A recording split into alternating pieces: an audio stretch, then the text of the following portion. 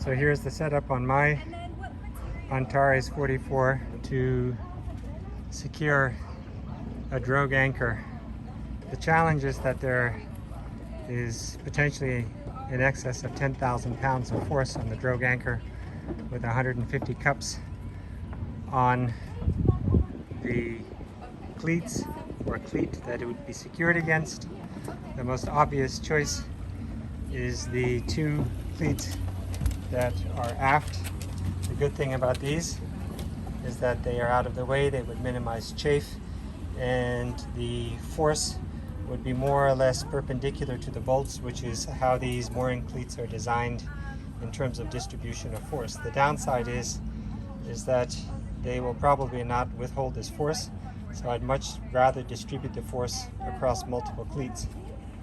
And my solution here is therefore to use the three cleats that are along the gunwale, two midships, one aft, with one continuous line that is then attached to the bridle of the drogue anchor. So you can imagine more or less at this angle, probably a little less steep, would be the drogue anchor slowing the boat down in stormy following seas. And as this is one continuous loop, any change in pressure in one loop is going to be seen or redistributed in theory across the other two. One needs chafe protection because obviously when you have two lines that are attached to another knot, they can saw right through.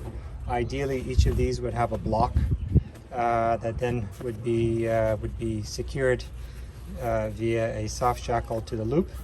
But I don't have this number of blocks, so the idea is that this would provide sufficient chafe protection.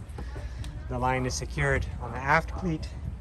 It runs through here, then alongside the deck to a block then that is attached to the midships, the first cleat, back to the stern, leading to the second line, which then terminates here at the cleat and secured off. That is the current setup. This block, this is only indicative of chafe protection required. Obviously I would not use a microfiber because it gets fouled up in the block. And as well, this fender is just to indicate that I would require some chafe protection for the step because these lines would be under a lot of tension along the step.